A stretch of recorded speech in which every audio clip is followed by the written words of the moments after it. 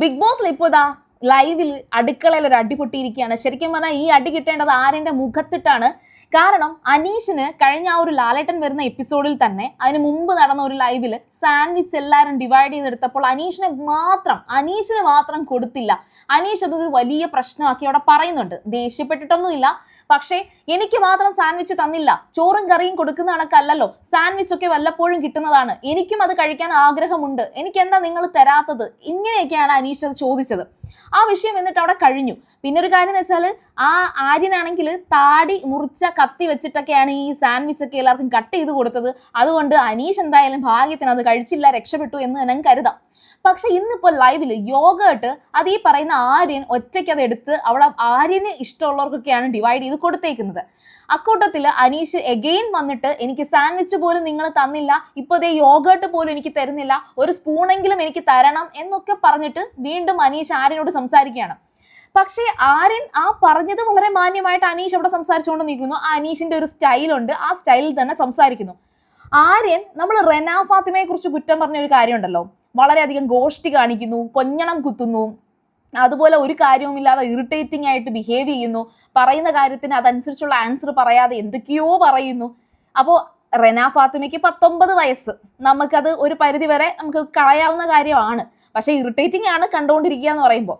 എന്നാൽ റെന ഫാത്തിമയുടെ ഗ്രാഫ് ഈ 2-3 ദിവസമായിട്ട് നന്നായിട്ട് ഉയർന്നിട്ടുണ്ട്. പക്ഷെ റെന ഫാത്തിമ അന്ന് എങ്ങനെയായിരുന്നു ബിഹേവ് ചെയ്തത്, അത് കോപ്പി അടിച്ച് ബിഹേവ് ചെയ്യുന്നതിനെ കൊണ്ട് ആര്യന്റെ ഇപ്പോഴത്തെ പെരുമാറ്റം, അതായത് 19 വയസ്സിന്റെ ഒരു വയസ്സിന്റെ പക്വതയും നിലവാരവും മാത്രമാണ്. നിലവാരം ഇൻ ദ സെൻസ് ഒരു വക അറിയാത്ത വെറും ഒരു 19 വയസ്സുകാരന്റെ ചൈൽഡിഷ് ബിഹേവിയർ ആണ് ആര്യൻ ഇപ്പോൾ കാണിച്ചുകൊണ്ടിരിക്കുന്നത്. നമുക്കറിയാം ലാലേട്ടന്റെ എപ്പിസോഡിൽ ലാലേട്ടനോട് തന്നെ തർക്കിക്കാനും ലാലേട്ടനെ ഊതാനും നോക്കിയ ആ ഒരു വ്യക്തിത്വം. ലാലേട്ടൻ പോലും ചോദിച്ചു, ഇതെന്താ ആര്യ നീ എന്നെ ഊരാൻ നോക്കുകയാണോ എന്ന് ചോദിക്കുന്നുണ്ട്.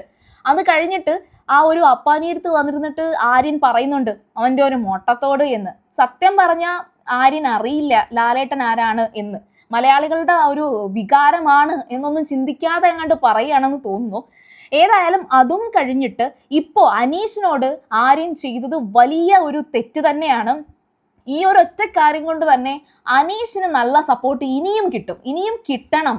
കാരണം എന്ന് വെച്ചാൽ ഒരാളെ പോലും ഒരു തരത്തിലുള്ള മോശമായ വാക്കുകൾ ആകെ കൂടി ഉപയോഗിക്കുന്നത് മരക്കഴുതയാണ്. അതും ആ മരക്കഴുത ഷാനവാസിന് മാത്രമേ അനീഷ് വിളിക്കുന്നതായിട്ട് ഞാൻ കണ്ടിട്ടുള്ളൂ. മറ്റൊരു ചീത്ത വാക്കും എത്ര ദേഷ്യം വന്നാലും അനീഷ് പ്രയോഗിക്കുന്നതായിട്ട് ഞാൻ കണ്ടിട്ടില്ല. ആ ഒരു മുട്ടത്തോടിനകത്ത് എഴുതിയ പേര് തന്നെ ഞാനൊരു ഗെയിമറാണ്, അത് കറക്റ്റായിട്ട് ഡിസേർവ് ചെയ്യുന്ന ഒരു വ്യക്തിയാണ് അനീഷ്. ഇനി അനീഷിന്റെ കാര്യത്തിൽ വീണ്ടും ഈ ആര്യൻ സംസാരിക്കുന്ന ഒരു കാര്യം, ആ പണിപ്പുര ടാസ്ക് വഴിയിട്ടാണല്ലോ ഈ യോഗട്ടും സാൻഡ്വിച്ചും ഒക്കെ കിട്ടിയത്. അപ്പോൾ പണിപ്പുര ടാസ്ക് കൊളമാക്കിയത് നീ അല്ലേടാന്ന് ചോദിച്ചിട്ട് ആര്യൻ അനീഷിനോട് സംസാരിക്കുന്നുണ്ട്. കഷ്ടമാണത്. കാരണം എന്ന് വെച്ചാൽ ആര്യന് അത്രയ്ക്ക് ബുദ്ധിയും ബോധവും വിവരവും ഇല്ല എന്നുള്ളതിന്റെ ഒറ്റ തെളിവ് ഈ ഒരു സെന്റൻസിനകത്തുണ്ട്. കഴിഞ്ഞ പണിപ്പുര ടാസ്ക് കൊളവായത് ആര്യൻ മാത്രമാണ് കാരണക്കാരൻ. കാരണം എന്ന് വെച്ചാൽ അത്ര പോലും ഒരു കറേജ് അത് തുറന്നു നോക്കി ചെയ്യാൻ ആര്യന് സാധിച്ചില്ല. ജിസേലിന് വേണ്ടിയിട്ട് ആര്യൻ ആ കറേജ് എടുക്കാമായിരുന്നു. ജിസേല് ഭയങ്കര ധൈര്യശാലിയാണ്, എല്ലാ ടാസ്കും ചെയ്യുമെന്ന് കരുതിയിട്ട്. കാരണം ഞാൻ ഇപ്പം ഈ ഒരു പണിപ്പുര ടാസ്കിന്റെ കാര്യം പറഞ്ഞത് നിങ്ങൾക്ക് മനസ്സിലായി കാണും. അങ്ങനെ തലമുടി മുറിക്കാനോ മുട്ടയടിക്കാനോ ബിഗ് ബോസ് സമ്മതിക്കില്ല എന്ന് നമുക്ക് മനസ്സിലാവും. മനുഷ്യാവകാശ ലംഘനമൊന്നും എന്തായാലും ബിഗ് ബോസ് ഷോയ്ക്കകത്തെന്നല്ല ഒരു ഷോയ്ക്കകത്ത് നടക്കില്ല. അപ്പോൾ ഈ പൊട്ടന്മാർക്ക് മനസ്സിലാക്കിക്കൂടെ ഇത് വെറുതെയാണ് എന്ന്? ആ ഒരൊറ്റ കാര്യം പറഞ്ഞ് എന്തുമാത്രം അടിയുണ്ടാക്കി. അനീഷാണ് ഏറ്റവും നന്നായിട്ട് ഗെയിം കളിച്ചത് എന്ന് പറഞ്ഞിട്ട് മോഹൻലാൽ അഭിനന്ദിക്കുക വരെ ചെയ്തു. എന്നിട്ടും ആര്യൻ വീണ്ടും നിൽക്കുകയാണ്, നീ മണിപ്പൂര ടാസ്ക് കൊളമാക്കിയില്ലേ, ഞാനാണ് ഫസ്റ്റ് എന്ന് പറഞ്ഞില്ലേ എന്ന് ഭയങ്കര ഒരു ചൈൽഡിഷ് ആയിട്ട് എന്തൊക്കെയോ പറയുന്നുണ്ട്. ഇനി ഈ യോഗേട്ടിന്റെ കാര്യത്തിലേക്ക് നമുക്ക് തിരിച്ചു വീണ്ടും വരാം.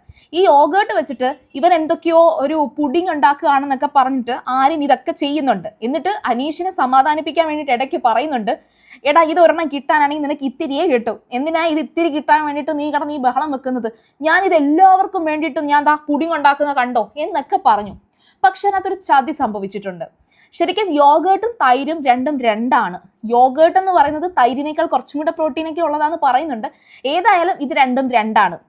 അവിടെ തൈര് വെച്ചിട്ട് എന്തോ ചെയ്ത് അതാണ് ആര്യൻ എല്ലാവർക്കും സെർവ് ചെയ്യുന്നത്. അക്ബറിനൊന്നും അത് കിട്ടിയിട്ടില്ല. പക്ഷെ അക്ബറൊക്കെ ഇപ്പൊ കുറച്ചും കൂടിയൊക്കെ ഒന്ന് മാന്യമായിട്ട് ബിഹേവ് ചെയ്യുന്നുണ്ട്. എന്നാൽ ഷാനവാസിന്റെ പുതിയ ഗ്രൂപ്പ് ഉണ്ടല്ലോ, ഷാനവാസ് ഇപ്പൊ വമ്പൻ ഗ്രൂപ്പിനകത്താണ്. ഷാനവാസ്, ഒനീല്, അബി ഇവരിപ്പോ ഇതെല്ലാം കട്ടെടുത്ത് കഴിക്കാൻ തുടങ്ങിയിട്ടുണ്ട്. എന്നിട്ട് ഷാനവാസ് പറയുന്ന ഒരു ന്യായം എന്താന്ന് വെച്ചാൽ കയ്യൂക്കുള്ളവൻ കാര്യക്കാരൻ, നമ്മളിങ്ങനെ വഴക്കിട്ടോണ്ടിരുന്നാൽ നമുക്കൊന്നും കിട്ടത്തില്ല, നമ്മൾ പോയി എടുത്ത് തിന്നാൽ നമുക്ക് കിട്ടും. ഈ വഴക്കുണ്ടാക്കി അവിടെ മാറി നിൽക്കുന്നവന്മാർക്കൊന്നും കിട്ടാനും പോകുന്നില്ല, ചുമ്മാ ഇങ്ങനെ സംസാരിച്ചുകൊണ്ടിരിക്കാം. അതുകൊണ്ട് താൻ എടുത്ത് കഴിച്ചു എന്ന് ഷാനവാസ് പറയുന്നുണ്ട്.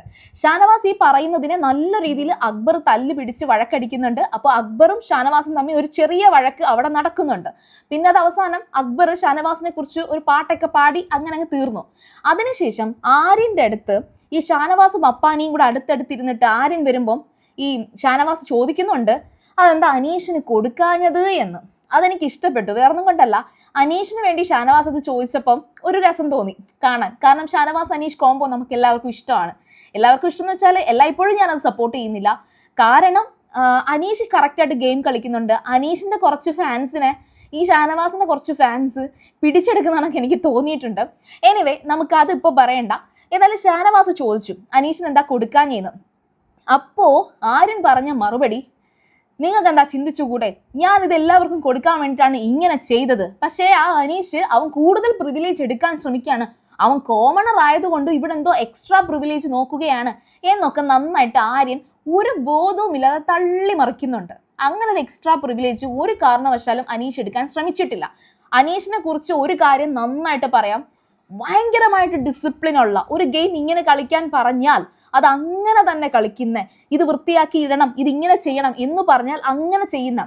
ഇപ്പൊ എല്ലാവരും പറയാറില്ലേ ഭയങ്കര അച്ചടക്കം കാണിക്കുക എന്ന് പറയുന്നത്, അതിപ്പോ ജന്മന ഉണ്ടെങ്കിൽ മാത്രമേ നമുക്ക് ഈ 3 ആഴ്ചയൊക്കെ അങ്ങനെയൊക്കെ നിൽക്കാൻ പറ്റൂ. അല്ലാതെ നമുക്കിപ്പോ എന്തൊക്കെ പറഞ്ഞാലും ജന്മന, അതായത് മീൻസ് ഈ പറയുന്ന ബിഗ് ബോസ് ഹൗസിന് പുറത്ത് അങ്ങനെ ഒരു ഡിസിപ്ലിൻ ഇല്ലാത്തൊരു വ്യക്തിക്ക് ഇവിടെ വന്നിട്ട് ഒരാഴ്ചയ്ക്ക് അങ്ങനെ നിൽക്കാൻ പറ്റും. പക്ഷേ അത്തരത്തിൽ ഡിസിപ്ലിൻ ഉണ്ട് എന്ന് പ്രൂവ് ചെയ്തൊരു വ്യക്തിയാണ് അനീഷ്. അതുകൊണ്ട് ആര്യൻ അവിടെ ഷാനവാസിനോട് പറഞ്ഞ കാര്യവും പച്ചക്കള്ളം.